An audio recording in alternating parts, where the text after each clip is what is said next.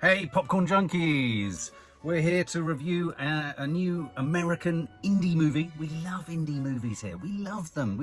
There aren't enough of them. Those sort of gritty, sort of slightly lo-fi, well, very lo-fi, grainy, a bit fucked and battered at the edges, not particularly sort of honed off and sort of grabbed on the hoof. Almost the French New Wave of American cinema. There aren't enough of them made anymore. It's hard to get financing unless things are a surefire hit. I personally think it's the fault of streaming. Everything needs to have playability and success on so many different platforms. It drives me mad. Anyway, Funny Pages is the film. This is a film directed by Owen Kline. Owen Kline was once a child actor, and this is a film about a young boy or a young teenager called Robert.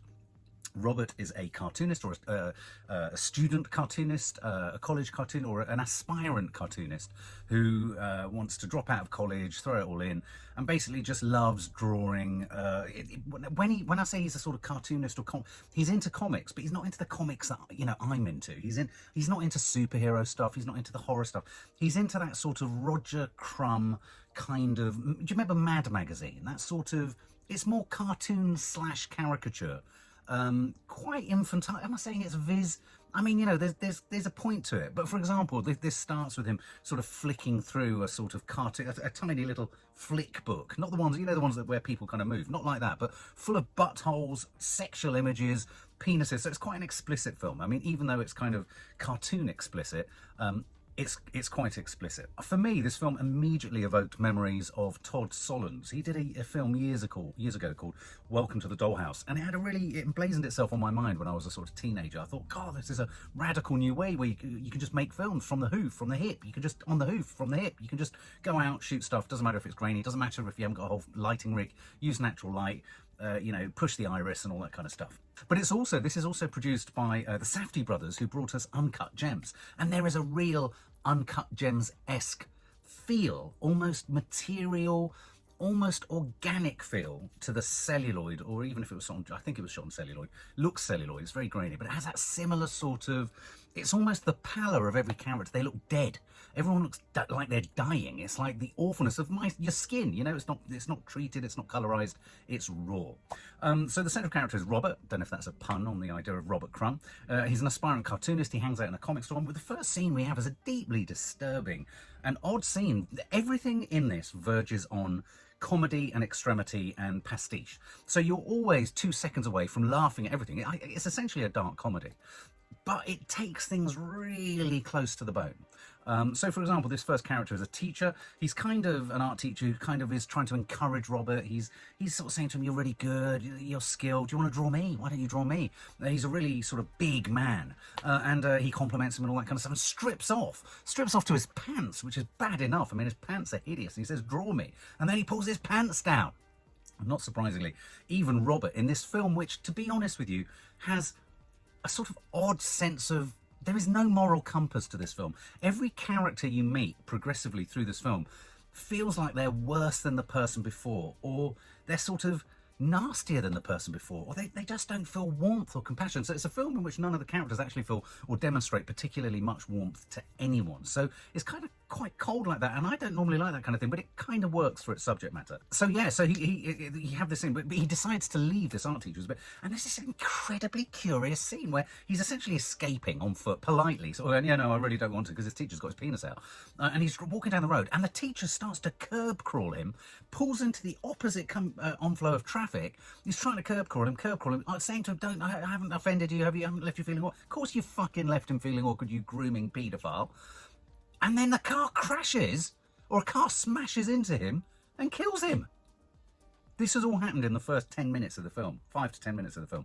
So it's quite, this film is willing to go anywhere and willing to go everywhere within the context of it being about a young, aspirant cartoonist, illustrator who loves comics. The character of his best friend with long, lanky hair and bad skin, classic teen geek. He's wonderful. There's the sort of suggestion between the two of them. Is there a sort of homoerotic thing? He kind of wants to touch him a bit more. He kind of, not in a horrible way, but he kind of wants to connect.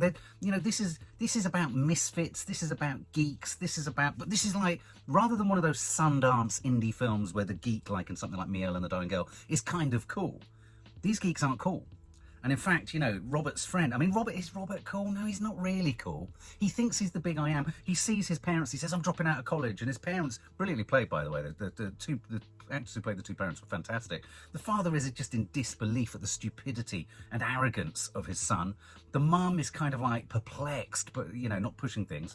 He decides he's going to not only drop out of college, he's going to leave home. You know, that stupid kind of ego of youth where you think, yeah, fucking hell, I can do absolutely anything. And I suppose what's quite good about this film is it demonstrates that the ego of youth is totally fucking stupid a lot of the time. And I'm saying that about myself. We think there's an idealism, there's a striking for the stars and spectacularly missing. And this film is about a young boy who thinks he thinks he's found gold in so many different places, most of all in the character that he comes across later in the film. So he leaves home and he then accesses a part of the film which for me is one of the most extraordinary scenes stroke locations stroke set of characters I've ever come across in a film.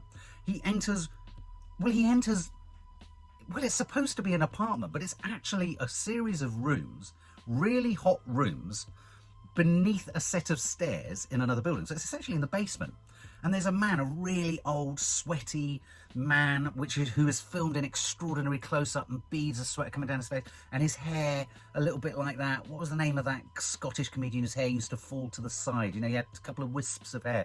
And he's kind of, you know, and so Robert, this boy, is kind of like, I want to stay here. And he shows him around. There's not much to show around. There's a really loud, clanking pipe that just makes noise. And there's a sort of gas meter that's clanking in the background. He's shown his room and he's got to not only share it with a complete stranger who's this sort of emaciated looking man who just looks like a ghost or a ghoul or something.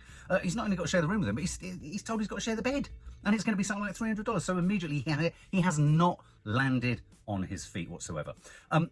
Because he steals something from his passed away art teacher's room or school, he gets in trouble with the law, but in the defense of him in court, he starts to work for the district attorney, so he kind of does filing and he sort of takes notes and all this kind of stuff. And this is where he's introduced to a guy called Wallace, played by Matthew Maher. Now, Matthew Maher is an actor who crops up in an awful lot of these kind of American indie films. He played an editor in the Ben Stiller movie While We're Young, I think that's what it was called.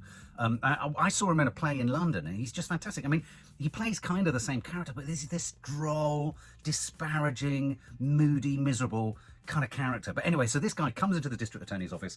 Robert sees him and he sees somewhere, he finds out that this guy used to be a colorist or a color assistant on a set of comics that Robert was a huge fan of. And suddenly this guy is an idol. This guy, he idolizes this guy. This guy he can learn from this artiste, this astonishing guy who's essentially got into trouble because he beat up a pharmacist. So he's got anger issues, this Wallace. This Wallace character is a really unpleasant character. He's angry, he's suspicious, he's resentful, he wants to get his own back on people, he doesn't trust people, he's a user, he even sort of expresses interest in Robert because he just wants to get a lift home and all that kind of stuff. But Robert is infatuated with him because he believes he can actually learn something. And so he proceeds to try and force Wallace into some kind of friendship. Wallace spots a free meal ticket out of this guy, even though he's a young kid. He wants to earn money from him to help him, teach him what he knows, though he says, I know nothing. I was just a colour assistant. Shut up, leave me alone. I don't know nothing. But then he realises he could make a bit of money out of this, so he kind of just goes along with it. Robert goes so far as inviting Wallace to his family for Christmas. What an absolute arse. I mean, Robert as a teenager is an arsehole. I mean, the parents are right to be fucking furious with him. But he invites Wallace to his parents' house, perhaps narratively the least believable part of this film.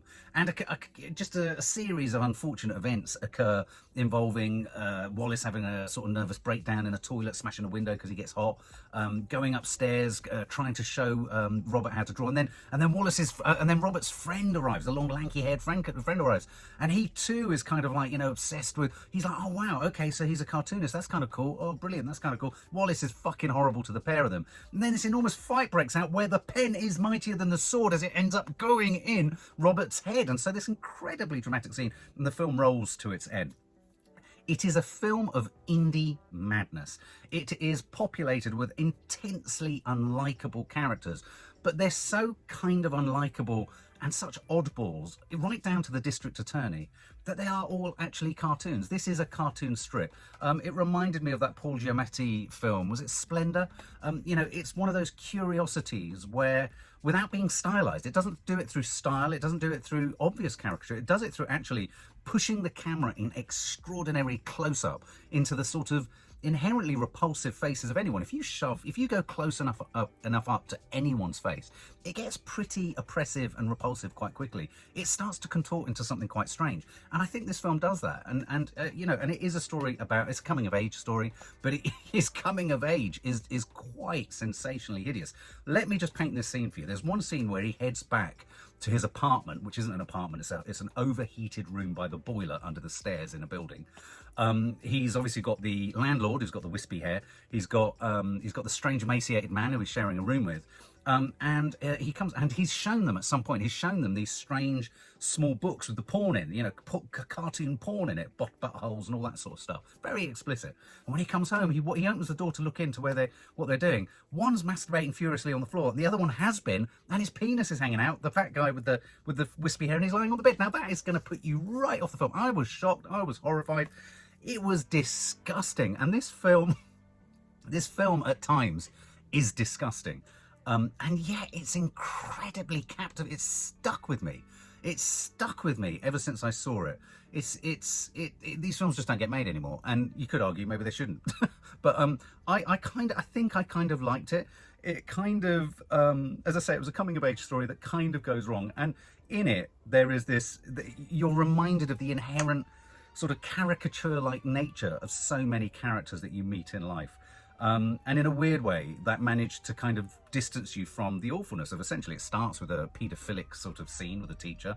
In the middle, there's these dirty old men in the flat. There's a really angry, violent, truly violent, exploitative character in the form of Wallace, who's just horrible. He's horrible, exploiting, in a sense, the dreams and idealizations of a teenage boy. And within it, you've got this, even the friendship between Robert and his kind of long-haired, kind of geeky friend. That's horrible too, where he kind of wants to diss his cartooning. So there's not even nice friendship. So relationships in this film are horrible. But it's not often that you're given a film where none of the characters are particularly likable and it manages to keep you going. If you like indie films, curiosity factor is massive. I would check this out. Check it out and tell us what you think down below. For more film and family fun, don't forget to click the subscribe button and make sure to click the bell to never miss an update.